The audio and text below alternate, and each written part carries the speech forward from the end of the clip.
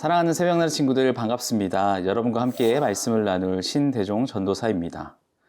안타깝지만 세상에서는 정직한 길로 행하는 사람보다 거짓과 불법을 사용하는 사람들이 더 유리해 보이고 실제로도 그렇습니다. 이는 과정이 어떻든 결과만 좋으면 된다는 것이 작용하기 때문에 그렇습니다. 결과가 아무리 좋더라도 과정에 불법적인 것들이 무마되는 것은 아니죠. 하나님의 공의는 반드시 이루어진다는 것을 믿으며 결과뿐 아니라 결과로 나아가는 과정까지도 하나님의 방법으로 행하는 우리가 되기를 소망합니다. 오늘 말씀의 제목은 결과보다 중요한 것입니다.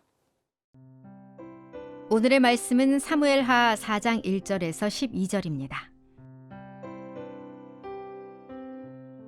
사울의 아들 이스보셋은 아브넬이 헤브론에서 죽었다는 소식을 듣고는 겁을 먹었습니다. 온 이스라엘도 깜짝 놀랐습니다. 그때 사울의 아들에게는 2명의 대장이 있었는데 한 사람의 이름은 바하나이고 다른 하나는 레갑입니다. 그들은 베냐민 지파 브에롯 사람 림몬의 아들들입니다. 브에롯은 베냐민 지파에 속했는데 그것은 브에롯 사람들이 깃다임으로 도망쳐 오늘날까지 거기서 외국 사람으로 살고 있기 때문이었습니다.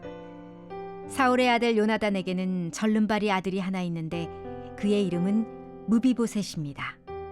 사울과 요나단의 사망 소식이 이스라엘로부터 전해진 것은 무비보셋이 5살 때였는데 그때 유모가 그를 안고 너무 급하게 서두르는 바람에 그 아이를 떨어뜨려 그 아이가 절게 됐습니다.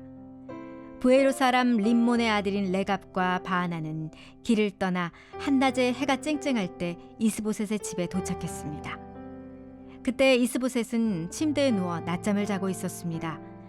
레갑과 바하나 형제는 마치 밀을 얻으러 온 채하고 곧장 집 안으로 들어와서 이스보셋의 배를 칼로 찌르고 그 길로 도망쳐버렸습니다. 그들이 집 안에 들어갔을 때 이스보셋은 침실의 침대에 누워 있었습니다.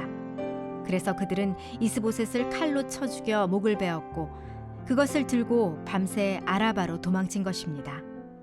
그들은 헤브론에 있는 다윗에게 이스보셋의 머리를 바치며 말했습니다. 왕의 목숨을 빼앗으려던 왕의 원수인 사울의 아들 이스보셋의 머리가 여기에 있습니다. 오늘 여호와께서 사울과 그 자손에 대해 내 주 왕의 원수를 갚아주셨습니다. 다윗이 브에롯 사람 림몬의 아들 레갑과 그 형제 바하나에게 대답했습니다. 나를 모든 고난에서 구해내신 여호와께서 살아계심으로 맹세하는데 좋은 소식이라는 생각에 사울이 죽었다고 내게 말해준 사람을 내가 붙잡아 시글락에서 죽였다. 그것이 바로 그가 전한 소식에 대한 보상이었다. 하물며 죄 없는 사람을 자기 집 침대 위에서 죽게 한 악한 사람들은 어떻겠느냐? 내가 너희 손에서 그의 핏값을 구해 너희를 이 땅에서 없애버려야 하지 않겠느냐? 그러고 나서 다윗은 자기 부하들에게 명령해 그들을 죽이고 그들의 손발을 잘라 헤브론 목가에 매달았습니다.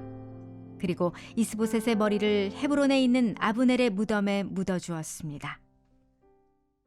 사울 아들들에게 있던 2명의 대장이 등장합니다. 한 사람은 바하나이고 또 하나는 레갑입니다. 이들이 하나님의 뜻과는 상관없이 결과에 집중한 어리석은 선택을 보여줍니다. 우리 함께 본문 5절과 6절 말씀을 보겠습니다. 브에롯 사람 림몬의 아들인 레갑과 바하나는 길을 떠나 한낮에 해가 쨍쨍할 때 이스보셋의 집에 도착했습니다. 그때 이스보셋은 침대에 누워 낮잠을 자고 있었습니다. 레갑과 바하나 형제는 마치 밀을 얻으러 온 채하고 곧장 집 안으로 들어와서 이스보셋의 배를 칼로 찌르고 그 길로 도망쳐 버렸습니다. 사울의 아들 이스보셋은 헤브론에서 아브넬이 죽었다는 소식을 들은 후 전의를 상실했습니다. 아무런 의욕 없이 침대에 누워만 있었음을 볼 수 있죠. 그때 이스보셋 곁을 지키던 2명의 대장이 나옵니다. 바하나와 레갑인데요. 이들은 해가 쨍쨍한 낮에 이스보셋의 집에 도착했습니다. 그때도 여전히 이스보셋은 침대에 누워 있었죠. 이 2사람의 결과만을 바라는 잘못된 선택이 시작됩니다. 이미 아무런 전의가 없이 침대에 누워있는 사람을 향해 밀을 얻으러 온 채 하며 집 안으로 들어가 이스보셋을 찔러 죽였습니다. 이스보셋의 죽음은 사울 집안의 완전한 멸망을 뜻하는 것입니다. 물론 요나단의 아들 무비보셋이 있었으나 유모가 아이를 떨어뜨려 다리를 다쳐 절개되며 전투를 할 수 있는 상황이 아님을 알려주고 있죠.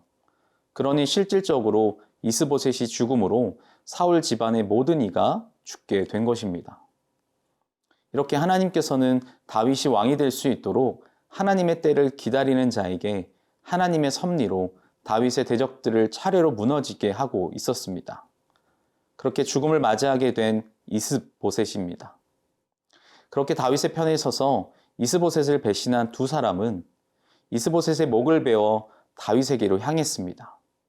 이들이 생각하기에 사울의 아들 이스보셋이 죽었으니 다윗이 온전히 왕위를 차지하며 자신들도 충신으로서 한 자리씩 할 수 있을 것 같은 결론에 도달했겠죠. 이 두 사람이 얼마나 어리석고 비루한 자들이었는지 잘 보여주는 장면입니다. 다윗이 사울을 죽이려면 벌써 몇 번의 기회가 있었죠. 그러나 그렇게 하지 않은 것은 하나님의 때를 기다리며 하나님의 뜻을 따르는 자였기 때문입니다. 자신의 감정에 자신의 생각대로 하지 않는 것이죠.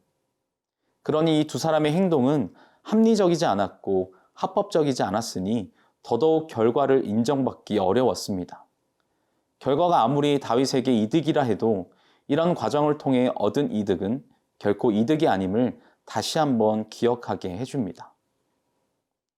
사랑하는 새벽나라 친구 여러분, 결국 자신의 생각, 자신의 뜻대로 살아가는 사람들은 이와 같은 결론에 다다르게 됩니다. 어리석은 선택, 과정이 어떻든 결과만을 중시하는 모습을 보여주죠. 사울을 통해 본 것이 바로 이런 모습인데 이들은 사울의 모습을 통해 얻은 것이 아무것도 없었습니다. 결국 삶의 모든 주권을 주님께 맡기며 하나님의 뜻에 집중하며 나아갈 때 하나님의 지혜를 하나님의 방법으로 선한 길로 인도하실 것입니다. 그렇게 행하실 하나님의 섭리를 신뢰하는 우리가 되기를 바랍니다.